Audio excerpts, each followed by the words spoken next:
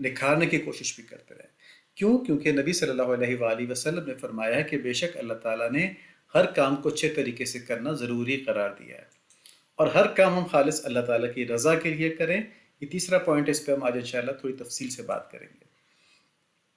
سب سے پہلے دین میں اہتمام کی اہمیت، تو اس کے اوپر مضمون تو لمبے چوڑے لکھے جا سکتے ہیں، لیکن یہاں پہ ہم آپ کو ایک پریکٹیکل اگزامپل دے رہے ہیں۔ یہ ماشاءاللہ ایک فیملی ہے جنہوں نے الحمدللہ، اللہ تعالیٰ ان کو اس میں اور زیادہ ذوق نصیب فرمائے اور قبولیت نصیب فرمائے، انہوں نے دین کو اپنا پرائم مقصد الحمدللہ اللہ کے فضل سے بنایا ہوا ہے۔ شیطان کے اثرات سے اللہ تعالیٰ اس فیملی کو محفوظ رکھیں۔ یہ چھوٹے بچوں میں بھی ان کی رپورٹ آتی رہتی ہے، اور ہمارے یہاں بڑے بچوں میں یہ بیٹی ہیں جن کا کہ اس طرف رائٹ ہینڈ کے اوپر چارٹ ہے، لیکن سب کچھ ان کا کمپلیٹ ہے۔ پہلے سونے کی دعا میں کچھ تھوڑے مسائل تھے، اس ہفتے میں انہوں نے یہ بھی ماشاءاللہ کنٹرول کر لیا ہے۔ اس دفعہ ان کے کلمہ جو 300 مرتبہ پڑھنا ہے اس کے اندر تھوڑی سی ناغے ہوئے ہیں، لیکن ماشاءاللہ باقی سب کچھ ٹھیک ہے، اور 100% ان کا سکور ہے۔ اور یہ ان کی والدہ ہیں، اور یہاں پہ میں جو بات پوائنٹ آؤٹ کرنا چاہ رہا ہوں، یہ کرنا چاہ رہا ہوں کہ یہ فیملی ایز اے ہول ایک آبجیکٹو کے ساتھ ان کی طرف بڑھ رہی ہے، اور ان بچوں کو شکر ادا کرنا چاہیے کہ ان کے والدین ان کے لیے اس میں سپورٹیو ہیں، انہوں نے گھر میں دینی ماحول رکھا ہوا ہے، اور والدین کو اللہ تعالیٰ کا شکر ادا کرنا چاہیے کہ انہوں نے ایسی اولاد ان والدین کو عطا کی ہے کہ جو دین کو اپنا پرائم مقصد سمجھتی ہے۔ تو ایسے ہی ماحول اگر تمام مسلمانوں کے گھر میں بن جائے تو اللہ تعالیٰ کے فضل سے امید ہے کہ رحمتیں ایسے نازل ہوں گی کہ مسلمان قوم کہیں سے کہیں پہنچ جائے گی انشاءاللہ۔ تو یہاں پر مین بات کیا ہے کہ ہم اپنے دین کی ترقی کو بھرپور توجہ دیں، اس کو ایک اسائنمنٹ سمجھ کے اپنے گھر میں ایک ایکٹیویٹی سمجھ کے کریں۔ ہم جیسے ہم اپنے اسکول کالج کی پڑھائی کے بارے میں کرتے ہیں نا، کہ پیرنٹس کانشیس ہوتے ہیں کہ بچے پڑھ رہے ہیں کہ نہیں، بچے بھی کانشیس ہوتے ہیں کہ مجھے پراپر ماحول مل رہا ہے کہ نہیں، کہ مجھے پیرنٹس کسی اور کام میں تو زیادہ انگیج نہیں کر لیتے کہ میرے اسکول کا نقصان ہو جائے، ٹھیک ہے، یا مجھے گائیڈ نہ کر رہے ہیں پراپر، یا مجھے پراپر بتا نہ رہے ہیں کہ جی ضرور پڑھا کرو، پڑھنے کا یہ فائدہ ہے، یہ فائدہ ہے۔ تو پیرنٹس کی طرف سے گائیڈنس اور بچوں کی طرف سے کمپلائنس، یہ دونوں چیزیں چلیں تو پھر انشاءاللہ دین کے لیے بھی اس میں بڑی بہتری ہو سکتی ہے۔ اور کیونکہ شیطان ہر جگہ موجود ہوتا ہے، تو بچوں کے دلوں میں اور کئی دفعہ بڑوں کے دلوں میں بھی تھوڑی سی اپنی عظمت ڈال دیتا ہے کہ جی ہم دیکھیں کتنا اچھا کام کر رہے ہیں۔ تو اس سے بچنے کا طریقہ صرف یہ ہے کہ آپ نے یہ سمجھ جائے کہ مجھ کو جو کچھ بھی نعمت ملی ہوئی ہے، جو کچھ بھی خوبی ملی ہوئی ہے، وہ صرف اللہ تعالیٰ کی طرف سے ہے۔ اسی لیے ہم کہتے ہیں الحمدللہ، کہ تمام تعریفیں اللہ تعالیٰ کے لیے ہیں۔ یعنی الحمد جو ہوتا ہے نا، یہ ال جو ہوتا ہے عربی میں، یہ ڈیفینٹ آرٹیکل ہے جس کو انگلش میں دا کہتے ہیں، تو یہ کسی چیز کو مخصوص کر دیتا ہے۔ الحمد یعنی جس کو تعریف کہا جاتا ہے، جو حمد ہے وہ صرف اللہ تعالیٰ کے لیے ہی ہے، الحمدللہ۔ تعریف صرف اللہ تعالیٰ کے لیے ہے، آپ لوگوں کے لیے شکر گزاری ہے، آپ اللہ تعالیٰ کا شکر ادا کریں اس بات کے اوپر کہ اللہ تعالیٰ نے آپ کو ایک پازیٹیو ماحول اور ایک پازیٹیو لگن دی ہوئی ہے، اور اس کو اللہ تعالیٰ نہ صرف یہ کہ آپ کی فیملی میں بلکہ ہمارے گروپ کی تمام فیملیز کے اندر اور تمام امت کے اندر زیادہ مؤثر انداز میں جاری فرما دیں، آمین۔ دین میں اخلاص کی اہمیت، ہم نے پیچھے بات کی تھی کہ جو بھی کام کریں اللہ تعالیٰ کے لیے کریں، تو یہاں پہ آج ہم اخلاص کے بارے میں کچھ بات کریں گے کیونکہ یہ بہت اہم چیز ہے، تو اس کو ابھی سے سیکھ لیتے ہیں۔ یہ ہم نے پچھلی دفعہ بھی بتایا تھا، پچھلی دفعہ آواز کا کچھ مسئلہ تھا، اس لیے اس دفعہ ہم بہت سی چیزیں ریپیٹ کر رہے ہوں گے کہ کوئی بھی کام جو کیا جائے وہ نہ انعام کے لیے کیا جائے، نہ اپنے نام کے لیے کیا جائے، بلکہ رضائے دوست کے لیے کیا جائے۔ رضائے دوست سے کیا مراد ہے؟ ہمارا کالج یا اسکول کا فرینڈ نہیں، ہمارا ایک اصلی دوست ہے۔ وہ کون ہے؟ کوئی میسج کر کے بتائے گا؟ ایک ہمارا اصلی دوست ہے جی، اللہ تعالیٰ ہمارے اصلی دوست ہیں، باقی سارے جو ہیں وہ وقتی دوست ہیں، لیکن یہ ہمیشہ رہنے والے ولی ہمارے جو ہیں اللہ تعالیٰ ہیں، تو ان کی رضا کے لیے ہم ہر کام کریں۔ دیکھیں سورہ زمر کے اندر آیت نمبر 2 ہے، اِنَّا نَزَّلْنَا إِلَيْكَ الْكِتَابَ بِالْحَقِّ فَاعْبُدِ اللَّهَ مُخْلِصًا لَهُ الدِّينَ۔ اے نبی، بے شک یہ کتاب ہم نے آپ کی طرف حق کے ساتھ نازل کی ہے، بس آپ اللہ کی عبادت اس طرح کیجئے کہ بندگی خالص اللہ کریم ہی کے لیے ہو۔ ٹھیک ہے، بندگی کیا چیز ہے؟ بندہ بننا. بندہ بننے کا مطلب کیا ہے کہ ٹوٹل سرنڈر کرنا، ہر طرح کا اختیار اپنا سرنڈر کر دینا. تو بندگی خالص اللہ تعالیٰ ہی کے لیے ہو. تو اس طرح عبادت کیجیے اللہ تعالیٰ کی. تو اس میں کسی اور کی طرف توجہ نہیں کرنی. اس کی تفصیل انشاءاللہ ہم آگے دیکھتے ہیں. سورہ انعام کی آیت نمبر 162 ہے، قُلْ إِنَّ صَلَاتِي وَنُسُكِي وَمَحْيَايَ وَمَمَاتِي لِلَّهِ رَبِّ الْعَالَمِينَ. اے نبی کہہ دیجئے بے شک میری نماز اور میری قربانی اور میرا جینا اور میرا مرنا سب اللہ ہی کے لیے ہے جو سارے جہانوں کا پالنے والا ہے. میرا جینا، میرا مرنا، اس میں پوری زندگی بھی آ گئی اور زندگی کے بعد کی زندگی بھی آ گئی، یہ سب اللہ تعالیٰ کے لیے ہے. ٹھیک ہے، تو یہاں پہ بھی اخلاص کی دعوت ہم کو دی گئی ہے. سورہ ملک کی آیت نمبر 2 ہے، الذی خلق الموت والحیات لیبلوکم ایکم احسن عملا وہو العزیز الغفور. کہ اللہ تعالیٰ کون ہیں؟ وہ ہیں جنہوں نے موت اور حیات کو اس لیے پیدا کیا کہ تمہیں آزمائیں کہ تم میں اچھے کام کون کرتا ہے. ایکم احسن عملا، احسن عملا جو ہے وہ احسن عمل کون کرتا ہے، اور وہ غالب اور بخشنے والے ہیں. تمہاری چھوٹی موٹی غلطیاں معاف فرما دیں گے، اور بڑی غلطیوں پہ جن پہ تم توبہ کرو گے وہ بھی معاف فرما دیں گے. ٹھیک ہے، وہ ان کا کوئی کچھ بگاڑ نہیں سکتا. تمہاری کوئی غلطی ایسی نہیں ہے جو ان کو نقصان پہنچا سکے. انہیں کوئی چیز نقصان نہیں پہنچا سکتی. وہ عزیز ہیں اور وہ غفور ہیں، وہ معاف کرنے والے بھی ہیں. مطلب وہ ایسے زبردست، ایسے عزیز نہیں ہے جو لوگوں پہ ظلم کریں، بلکہ رحیم ہیں، کریم ہیں، ودود ہیں، محبت کرنے والے ہیں، نعمت دینے والے ہیں، معاف کرنے والے ہیں. تو ان سے اچھی امید رکھو، ان کے اختیار سے پوری امید رکھو اور ان سے ڈرو بھی. تو یہ عزیز الغفور میں بڑے مضامین پوشیدہ ہیں کہ ایسا عمل کرو، اور جو عمل کر رہے ہو اس میں اپنی پوری کوشش کرنے کے بعد اللہ تعالیٰ کی عظمت پہ نظر کرو، تاکہ تمہارے اندر تکبر اور فخر نہ آئے کہ جی میں نے کتنا بڑا کام کر دیا. وہ تمہارا کام اللہ تعالیٰ کی عظمت کے سامنے کچھ بھی نہیں ہے. لیکن پھر یہ مت سمجھو کہ قبول ہی کچھ نہیں ہوگا، ہم تو اس طرح کچھ کر ہی نہیں سکتے ہیں جس طرح کہ اللہ تعالیٰ کی عظمت ہے. ہم تو خاکی انسان ہیں، ہم کیسے کر سکتے ہیں یہ؟ تو وہ غفور بھی ہیں. ٹھیک ہے، وہ تمہاری اس کمزوری کو معاف کر کے تمہیں قبول کر لیں گے انشاءاللہ. بس تم اپنی نیت خالص رکھو، اخلاص کے ساتھ کام کرو. تو یہاں پتہ چلتا ہے کہ اللہ تعالیٰ کے ہاں اعمال کی کثرت نہیں بلکہ معیاری اعمال درکار ہیں. ٹھیک ہے، یہ کہا نا کہ احسن عملا، کہ تم میں سے کون بہتر کام کرتا ہے، اچھے کام کرتا ہے. تو زیادہ تعداد میں کام کیے جائیں، نیت کچھ اور ہو، تو کسی کام کے نہیں رہیں گے، کسی کوئی فائدہ نہیں ہوگا. لیکن کام تھوڑے ہو، نیت ان میں خالص ہو، تو بس ان کا وزن بہت زیادہ ہو جائے گا اور وہ اللہ تعالیٰ کے یہاں مقبول ہو جائیں گے. احسن عملہ کا جو مفسرین نے تفسیر بتائی ہے وہ یہ ہے کہ وہ کام جس میں اخلاص، یعنی وہ صرف اللہ تعالیٰ کی رضا حاصل کرنے کے لیے کیا گیا ہو. تو یہاں پہ کچھ لوگ ایسے ہیں جو فلنتھراپسٹ ہیں. فلنتھراپسٹ کون ہوتا ہے؟ کہ جو لوگوں کے لیے، انسانیت کے لیے کام کرتا ہے. ان کو شیطان، یہ بہت سمجھنے کی بات ہے، سب بڑے بھی بچے بھی اس کو غور سے سن لیں. شیطان کئی دفعہ یہ وسوسہ ڈال دیتا ہے کہ بھی تم لالچی نہ بنو. ٹھیک ہے، تم یہ نہ کرو کہ کوئی کام اپنے لیے کرو. تم کہو کہ میں انسانیت کی خدمت صرف انسانیت کے لیے کر رہا ہوں، مجھے ثواب بھی نہیں چاہیے اس میں. یہ بہت بڑا وسوسہ اور بہت بڑا تکبر ہے. مجھے ثواب بھی نہیں چاہیے کا مطلب یہ کہ آدمی بندگی کا انکار کر رہا ہے. آدمی کہہ رہا ہے کہ میں اللہ تعالیٰ کی نعمتوں سے، میں ان کو ضرورت مند نہیں ہوں اللہ تعالیٰ کی نعمتوں کا، میرا کام اس کے بغیر بھی چل سکتا ہے. میں تو اتنا بڑا ہوں کہ میں انسانوں کی ویسی خدمت کر رہا ہوں، بس میری کوئی اپنی ضرورت اس سے لگی ہوئی نہیں ہے. حقیقت یہ ہے کہ ہم اللہ تعالیٰ کی ہر نعمت کے ہر لمحہ محتاج ہیں. ہماری انگلی کی چھوٹے سے حصے میں درد شروع ہو جائے، چیخیں نکل جاتی ہیں. تو یہ اللہ تعالیٰ کی نعمت ہے نا کہ درد نہیں ہو رہا. اور کسی کو اگر خدا نخواستہ گردے کا درد ہوا، اس کو پتہ ہو کیا چیز ہوتی ہے وہ درد جو ہوتا ہے. سانس کا آنا جانا، ٹھیک ہے، جس کو دمے کا مرض ہوتا ہے یا جس کو کوئی سانس کی پرابلم ہوتی ہے، اس کو پتہ ہے کتنی بڑی مشکل ہے سانس کا آنا جانا. یہ سب نعمتیں ہم اس کے اللہ تعالیٰ کی، ان نعمتوں کے لیے اللہ تعالیٰ کے ہر لمحہ محتاج ہیں. دنیا کی نعمتوں کے لیے اتنا محتاج ہیں، تو آخرت کے ثواب کے لیے ہم کیسے محتاج نہیں ہوں گے؟ تو یہ شیطان کا بہت بڑا وسوسہ ہے. اس لیے کوئی بھی نیک عمل اس لیے نہیں کرنا کہ وہ نیک ہے، اچھا عمل ہے اس لیے کرنا ہے. نیک عمل یا اچھا عمل صرف اس لیے کرنا ہے کہ اللہ تعالیٰ ہم سے راضی ہو جائیں. تو یہ اخلاص ہوتا ہے. اور برا عمل اس لیے نہیں کرنا کہ لوگ ہمیں برا کہیں گے. ٹھیک ہے، وہ تو کہیں گے ہی کہیں گے. برا عمل اس لیے نہیں کرنا کہ اللہ تعالیٰ ہم سے ناراض نہ ہو جائیں. ٹھیک ہے، تو یہ بات یاد رکھنے والی ہے. اور پھر اچھا عمل اور برا عمل کیا ہے؟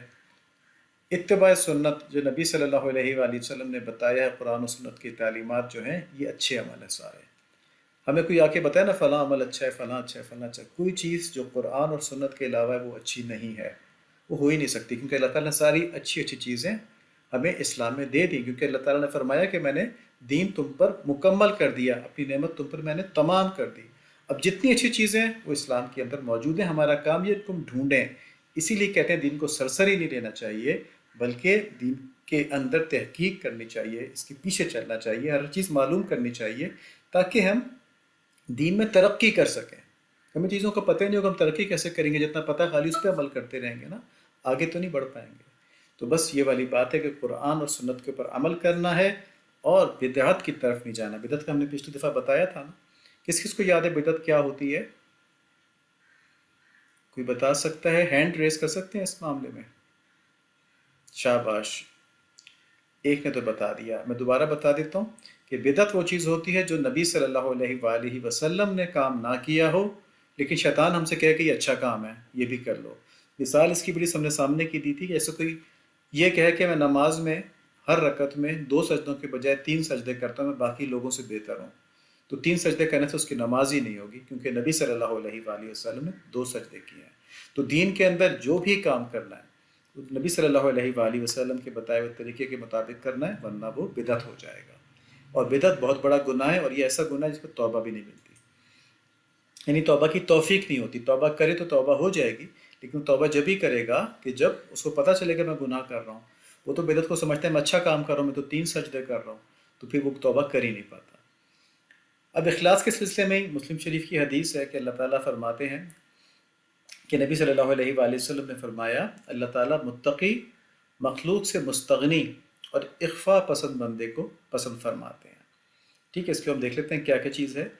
متقی سے مراد وہ لوگ ہیں جو اللہ تعالیٰ سے ڈرتے ہیں، ہر وقت ڈرتے ہیں، اپنے ظاہر میں بھی اپنے باطن میں بھی. یعنی کوئی بری بات زبان سے نہیں کرتے، کوئی برا کام ہاتھوں سے نہیں کرتے، اور دل میں بھی کسی برے خیال کو نہیں آنے دیتے کہ اللہ تعالیٰ ناراض نہ ہو جائیں.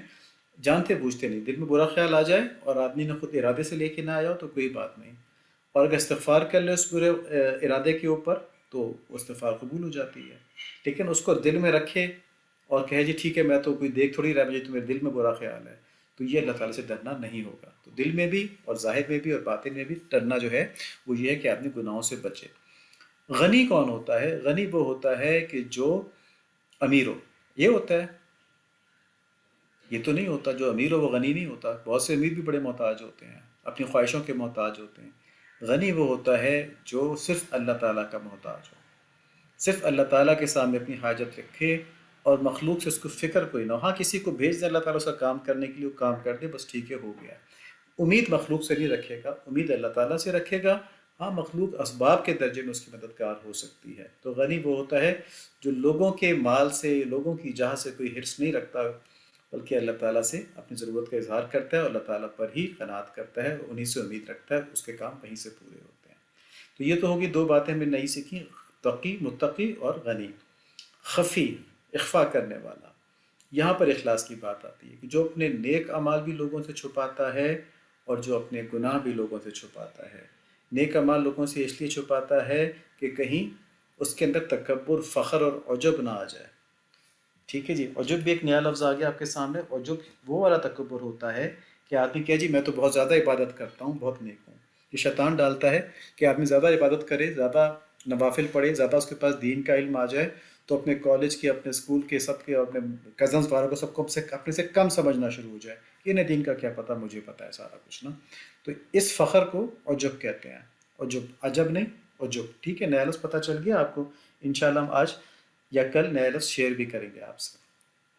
اور گناہ اس لیے چھپاتا ہے کہ اللہ تعالیٰ اس بات کو ناپسند فرماتے ہیں کوئی آدمی گناہ کرے اور وہ لوگوں کو دکھاتا پھرے. اس میں 2 باتیں ہیں ظاہر میں، باقی تو اللہ تعالیٰ جانتے ہیں حکمت کو.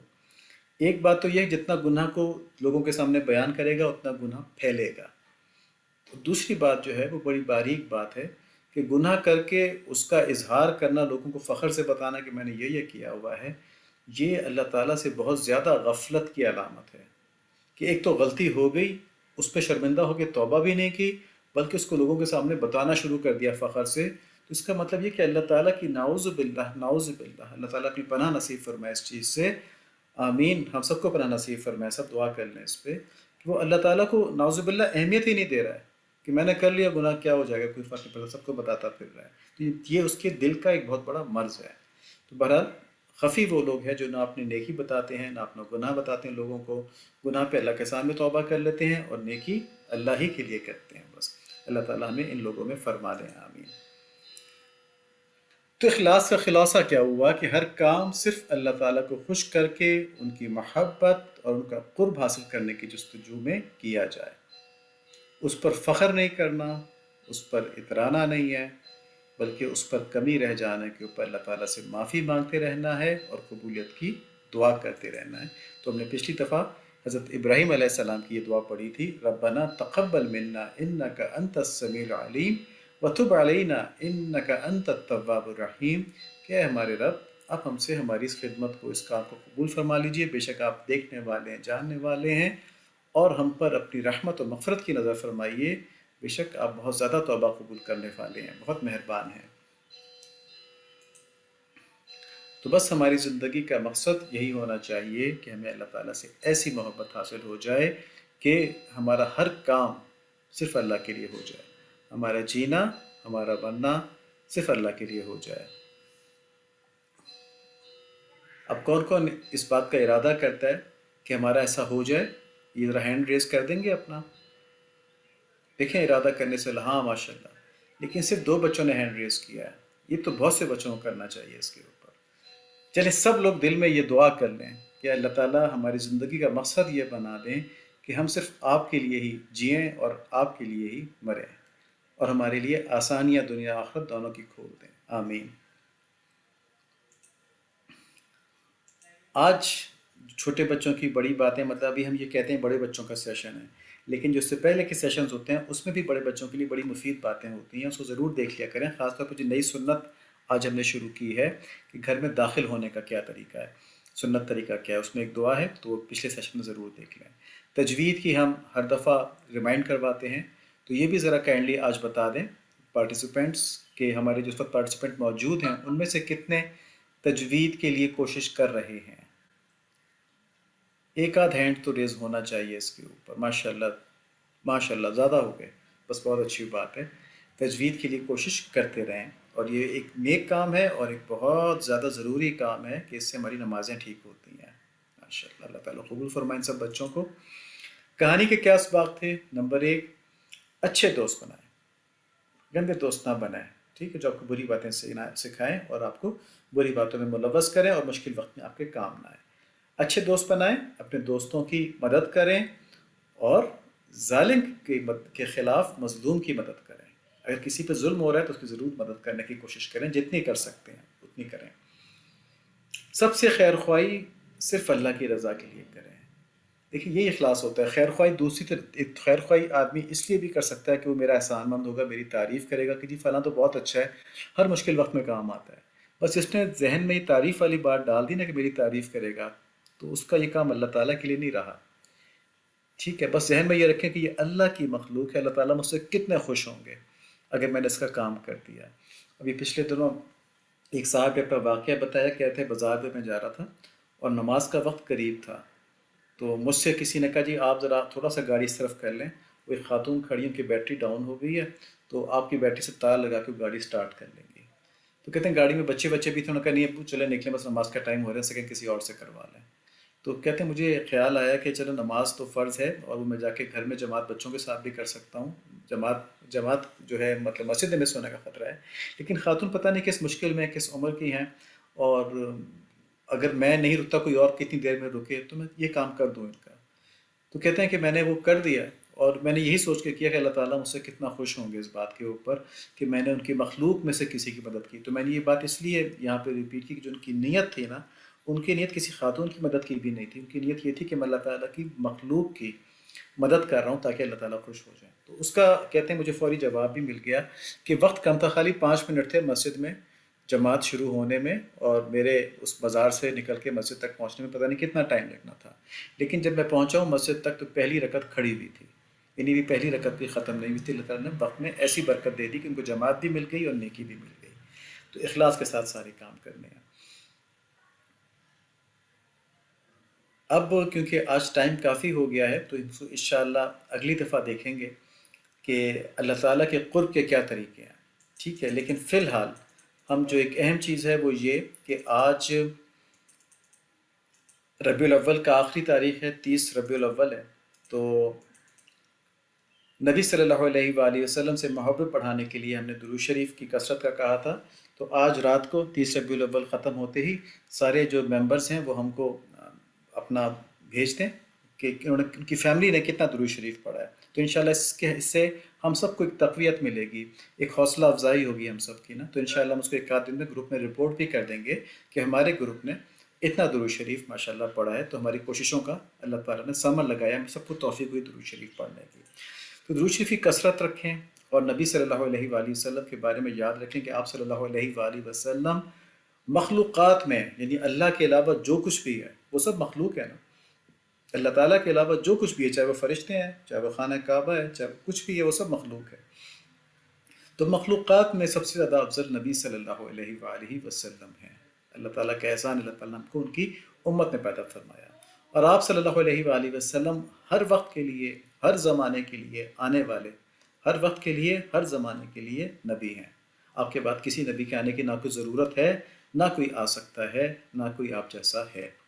آپ صلی اللہ علیہ وآلہ وسلم سے محبت جو ہے ہر چیز سے زیادہ ہونا، یہ اسلام کے لیے، ایمان کے لیے شرط ہے، ٹھیک ہے۔